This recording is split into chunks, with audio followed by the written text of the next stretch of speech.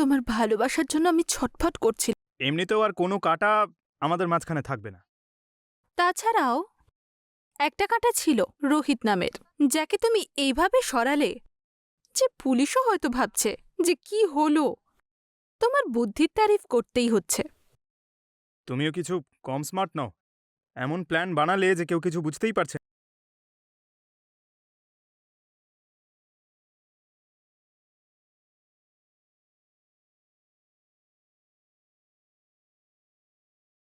রোহন, রোহন, কোথায় তুমি? এবার আমি তোমাকে ধরে খেয়ে ফেলবো। আমাকে তো তুমি খুঁজেই পাবে না মাম্মা। আচ্ছা, এক্ষুনি আসছি আমি, দাঁড়াও তুমি।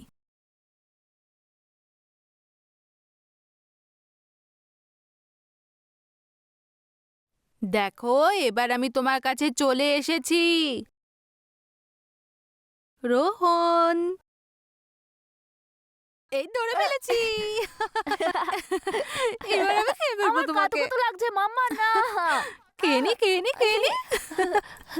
চলো, এবার তাড়াতাড়ি তুমি ফ্রেশ হয়ে এসো, তারপর তোমাকে খেতে দেব। মাম্মা, আমি নুডলস খাবো। না সোনা, আজ নয়, আমরা ঠিক কাল খাবো। না মাম্মি, আমি নুডলসই চাই। আজ নয়, কিন্তু আজ তুমি আইসক্রিম অবশ্যই পাবে।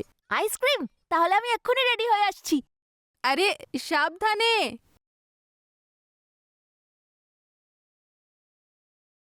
হ্যাঁ বলুন মা।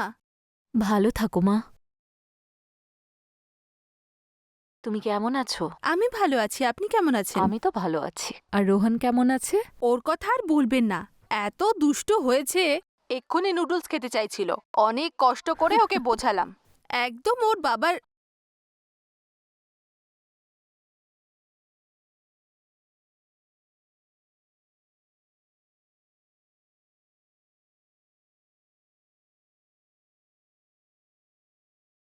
আমি জানি মা, আমার ছেলে চলে গেছে, অনেক দিন হয়ে গেল, কিন্তু এখনো আমাদের মনে সেই একই দুঃখ আছে। আমি তোমার কষ্টটা বুঝতে পারছি। আমি তোমায় কতবার বলেছি যে আমাদের কাছে এসে থাকো। কি করবে তুমি একা থেকে ওখানে? না মা, রোহিতের যাওয়ার পর আমি ভেবেছিলাম আমি থাকতে পারবো না, কিন্তু রোহনের মুখে হাসি দেখে আমি আমার সব কষ্ট ভুলে যাই। সৎ মা হওয়া সত্ত্বেও তুমি রোহনের এত খেয়াল রাখছো। নিজের মা হলে এত খেয়াল রাখতো না, কিন্তু কি করব, রোহনের মা ওকে জন্ম দিয়েই তো চলে গেল। রোহিত ৩ বছর পরে তোমাকে বিয়ে করার জন্য রাজি হল, আর ভাগ্যের পরিহাস দেখো, সেই রাতে অ্যাক্সিডেন্ট।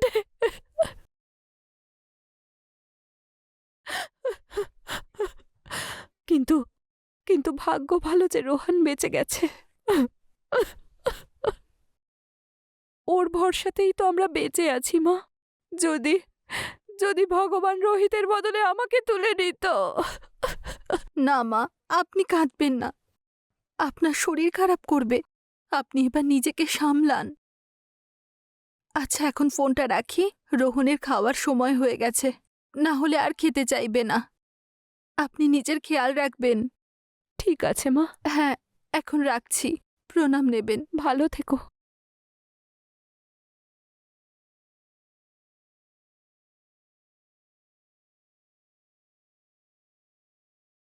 রোহন, রোহন তাড়াতাড়ি এসো, খেতে হবে তো, তারপর আইসক্রিম খেতে যাব।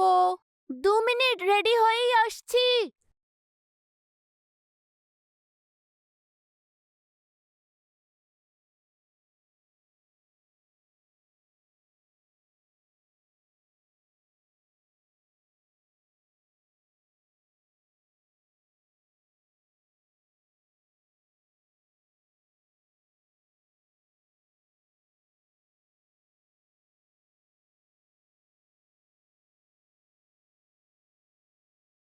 তুমি?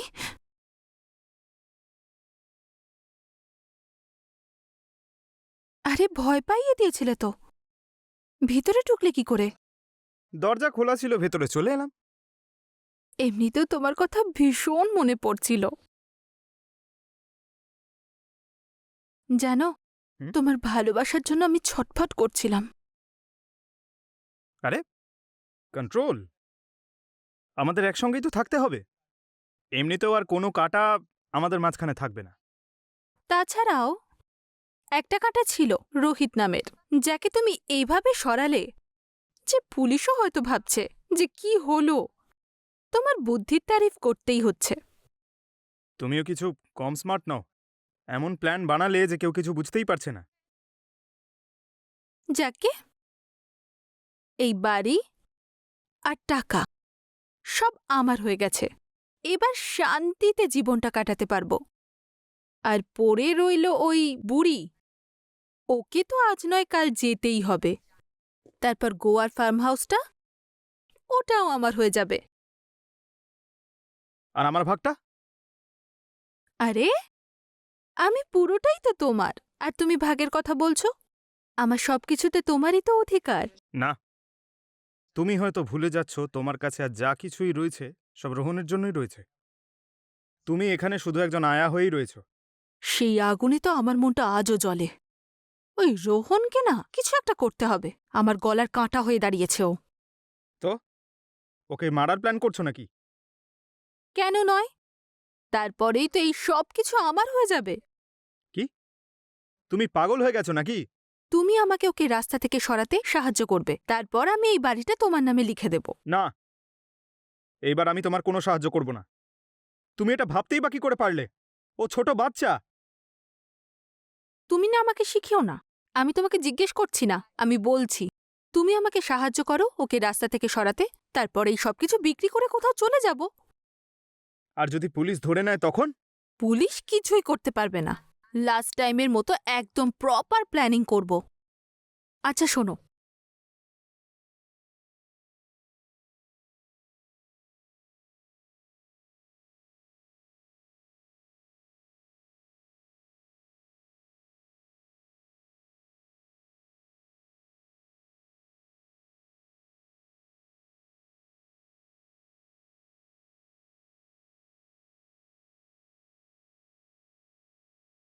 বুঝতে পারলে?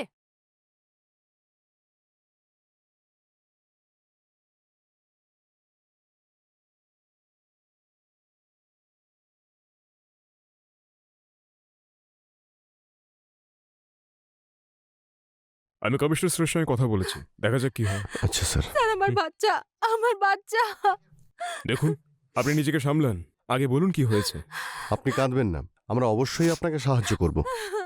আমার ছেলেটা স্কুলে গিয়েছিল, তারপর থেকে ওকে আর পাওয়া যাচ্ছে না। আমি ওকে একটু দেরি করে আনতে গিয়েছিলাম। আমি আশেপাশে সব জায়গায় খুঁজেছি কিন্তু পাচ্ছি না। ওকে কেউ কিডন্যাপ করে নিয়েছে স্যার। প্লিজ আমাকে সাহায্য করুন। দেখুন, প্লিজ নিজেকে সামলান।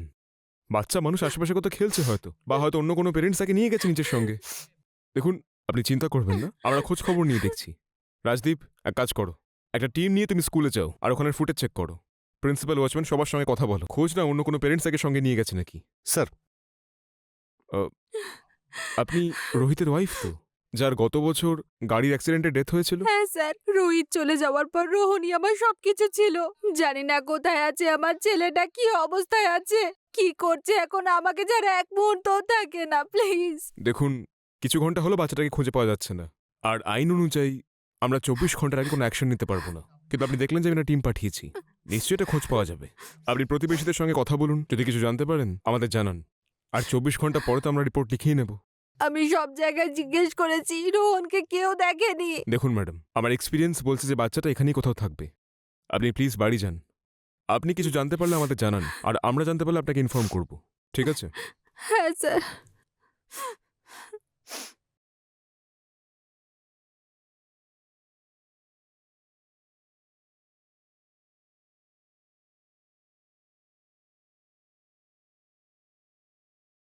না মা, আমি সব জায়গায় দেখেছি, কিন্তু রোহনকে কোথাও পাচ্ছি না। আমি পৌঁছেও গিয়েছিলাম, আমি তো কিছু বুঝতেই পারছি না এখন কি করব।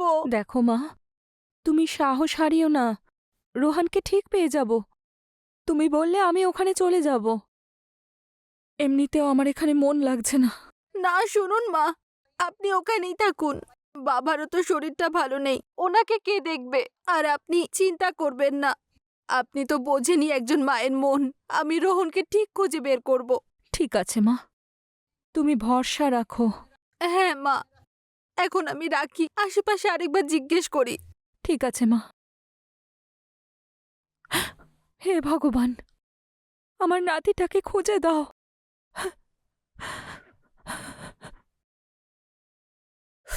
এই বুড়িটা তো আমাকে পাগল করে ছেড়ে দিচ্ছে।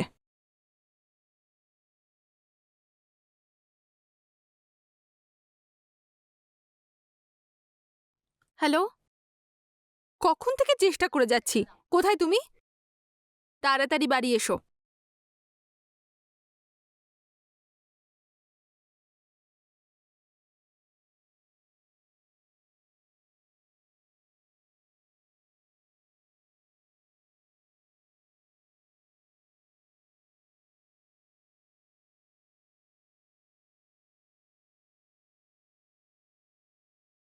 তোমার বুদ্ধি নেই না? তুমি একটা কাজও ঠিক করে করো না। যদি আগের বারও আমি তোমার পাশে না থাকতাম, তাহলে ওই রোহিত আজও এখানে থাকতো। আরে কিন্তু আমি করলামটা কি? তুমি রোহনকে তুলে নিয়ে যাচ্ছ, সেটা আমাকে বলনি কেন? আমরা তো শাশুড়ি মায়ের কাছ থেকে ওকে তুলবো ভেবেছিলাম। সব প্ল্যান নষ্ট হয়ে গেল। এখন তাড়াতাড়ি ওর একটা ব্যবস্থা করো। কি বলছো কি? আমি রোহনকে তুলিনি। আর এমনিতেও কালকে আমি এখানে ছিলামই না। আমি তো সোলাপুর গেছিলাম। বলেছিলাম তো তোমাকে। দেখো, মজা করো না আমার সাথে। এমনি আমার মুডটা একদম ঠিক নেই। আর এই কান্নার অ্যাক্টিং করে করে আমি বিরক্ত হয়ে যাচ্ছি। আরে বাবা, আমি সত্যি কথা বলছি, আমি এখানে ছিলাম না। আর এমনিতেও রোহনকে তোলার প্ল্যান তো হয়েই গেছিল। শোনো, তাড়াতাড়ি পুলিশ স্টেশনে গিয়ে কমপ্লেন লিখিয়ে নি, না হলে সব গন্ডগোল হয়ে যাবে। সে কমপ্লেন তো আমি করেছি। তুমি যদি রোহনকে না তোলো, তাহলে কে তুললো?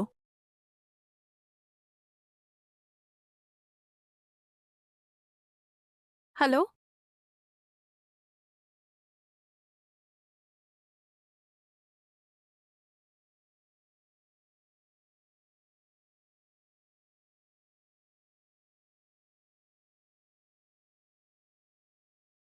ফ্যাক্স করে দাও। স্যার, হুম। আমি অনেককে জিজ্ঞাসাবাদ করলাম। স্কুলের সিসিটিভিতে দেখা গেছে যে রোহন স্কুল থেকে বেরোচ্ছে, কিন্তু গেটের বাইরে সিসিটিভি না থাকায় ও ওখান থেকে কোথায় গেছে সেটা জানা যায়নি। এই ওয়াচম্যান কিছু বললো? হ্যাঁ স্যার, ওয়াচম্যানের সঙ্গে কথা বলেছি। ওয়াচম্যান আমায় বলল যে রোহন নাকি প্রতিদিন সামনের দোকান থেকে কিছু না কিছু কিনতো, আর সেটা ভেবে ও আর ভালো করে দেখেও নি। সেই সময় ওয়াচম্যানের একটা কল আসে। ওয়াচম্যান যখন ফোনে কথা বলছিল সেই সময় যে রোহন কোন দিকে গেছে সেটাই জানতে পারা যায়নি। আর সিসিটিভিতে পরিষ্কার দেখাও যাচ্ছে।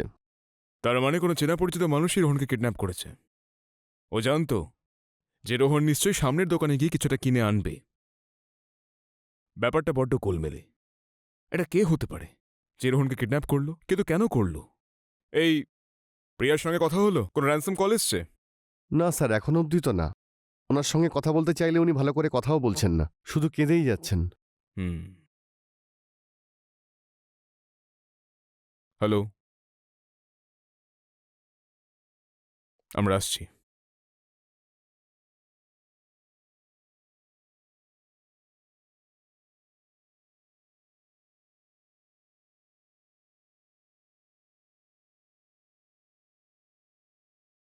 এনে তোর ফেভারিট নুডলস খেয়ে নে এটা।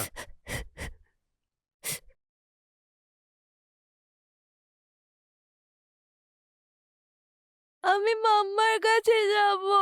শ্শ্, চুপচাপ খেয়ে নে, তারপরেই তোকে ছাড়বো। মুখ খোল।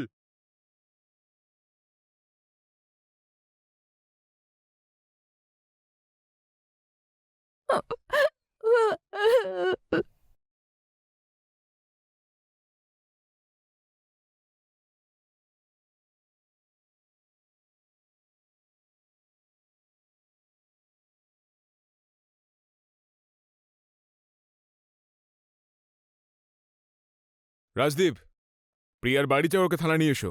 আচ্ছা স্যার।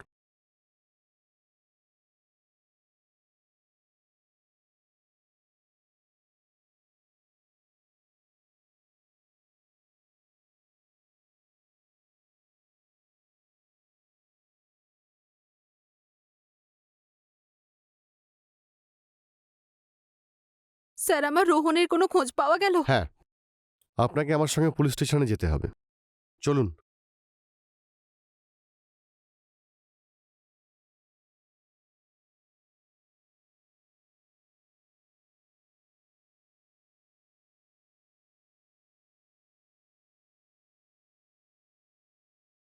অফিসার, আপনারা এখানে আনলেন কেন? আর আমার ছেলে কোথায়? রোহন কোথায়? বলবো সব বলবো। আপনার সঙ্গে অনেক কথা রয়েছে আমাদের। আপনি আগে আমাদেরকে এটা বলুন যে আপনি রোহিতকে কেন মেরেছেন, আর একদম মিথ্যে বলবেন না। আমরা সবটা জানি। স্যার, আমি কিচ্ছু করিনি। আর আগে এটা বলুন, রোহনকে আমাকে অপরাধীর মতো এখানে এনেছেন কেন আপনারা? আমি আমার উকিলের সঙ্গে কথা বলবো। অলোক! অলোককে তো নিশ্চয়ই তুমি চেনো। ও নিজের মুখ খুলে দিয়েছে, আর আমরা সব জেনে গেছি।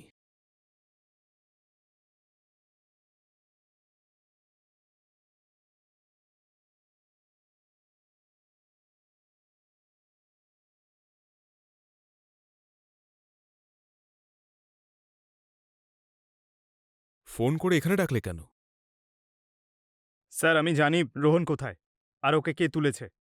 কে তুলেছে? স্যার, আমিই তুলেছি রোহনকে। প্রিয়া বলেছিল বলে। আর তোমারই কথা আমি বিশ্বাস করব কেন যে তুমি সত্যি বলছো? স্যার, আপনাকে বিশ্বাস করতেই হবে। রোহন,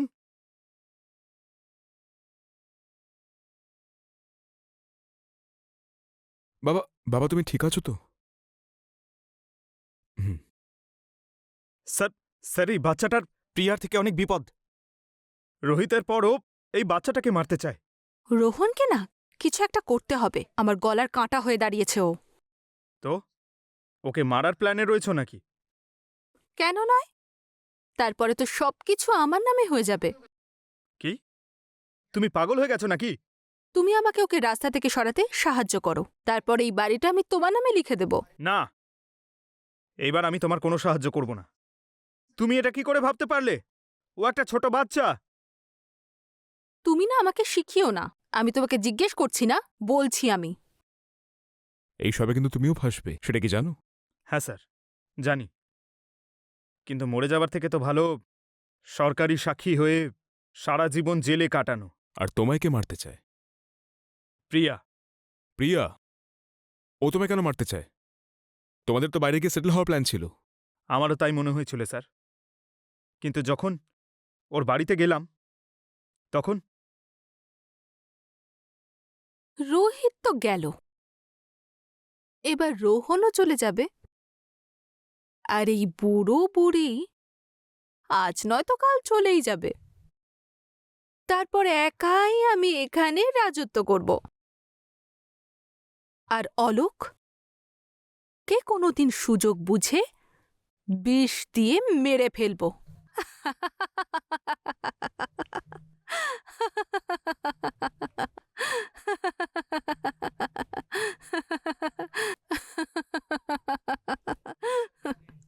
তুমি ঠিক করেছো যে রোহনকে আমার কাছে নিয়ে এসেছো। আর কি করতাম স্যার? ওর সঙ্গে থেকে থেকে আমিও মানুষ থেকে পশুতে পরিণত হয়েছি।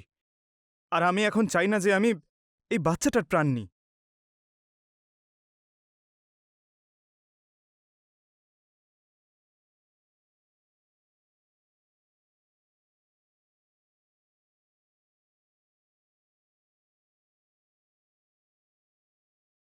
আমি জানতাম যে লোভ মানুষকে অন্ধ করে দেয়, কিন্তু এতটা যে কাউকে মেরে ফেলতে হয়? তোমার ফাঁসি হওয়া থেকে কেউ আটকাতে পারবে না। রোহনকে আমরা ওর ঠাকুরদা ঠাকুমার কাছে পাঠিয়ে দিয়েছি যাতে ও সুরক্ষিত থাকে, কিন্তু তোমাকে আমি ফাঁসির কাঠে ঝুলিয়ে ছাড়ব।